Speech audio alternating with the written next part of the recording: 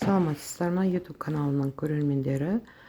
Сіздермен бүгін майсөк дайындау тәсілімен бөліскім келіп отыр. Көріп, ұнап жатса, тіркеліп, лайк басуды ұмытпаңыздар. Оған керекті заттар: тары, мен жуып тазалап алған тарым, тұз, сүт, шекер, май керек.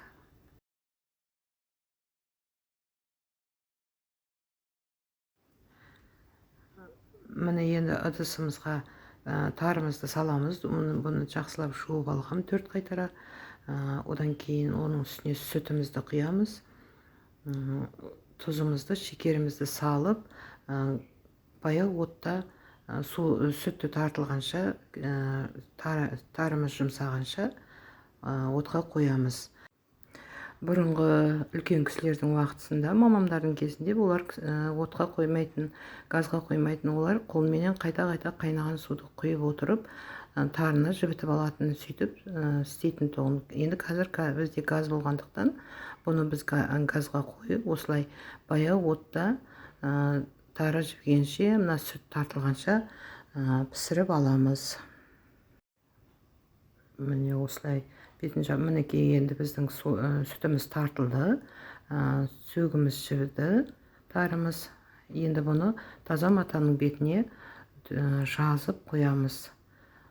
Сөйтіп бір 20 минуттай осылай қоямыз.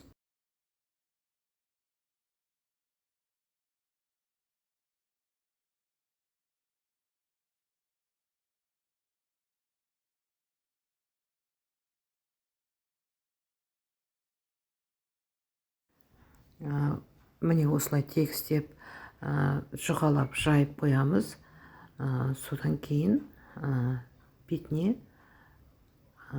тағы жауып қоямыз матаны. Бұл шашырап тұрғандай болу керек. Сіздерге қазір көрсетіп өтемін.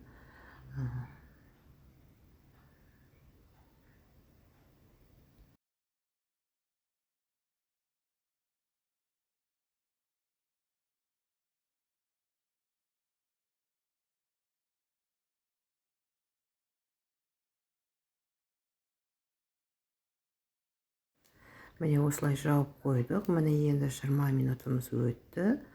Мен қазір сіздерге көрсетемін. Міне осылай шашылып тұру керек.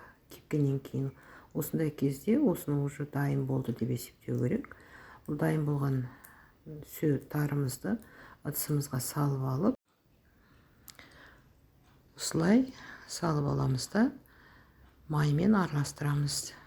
Майымызды қаттылау болған жақсы. Бөлме температурасындағы май бұл.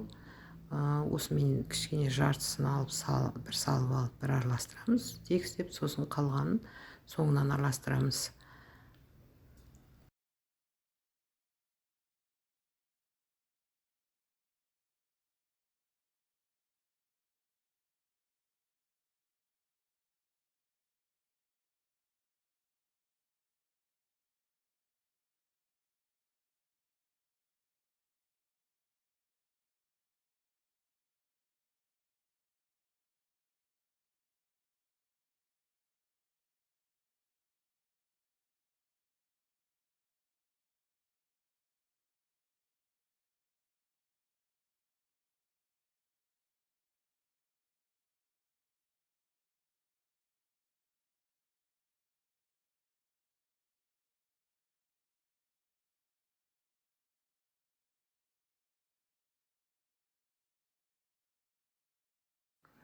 Міне осылай бір келкі қылып үйлеп, майдың басын біріктіреміз. Қолымызға ұстап көргенде сөгіміз басы бірігіп тұрған болса, яғни май жеткілікті болғаны болады. Міне осылай бәріне майды араластырамыз. Сөйтіп мұлай кеселерге салып, сервировка жасаймыз. Ыдысымызға салып осылай қоямыз. Міне достар, біздің май сөгіміз де дайын болды.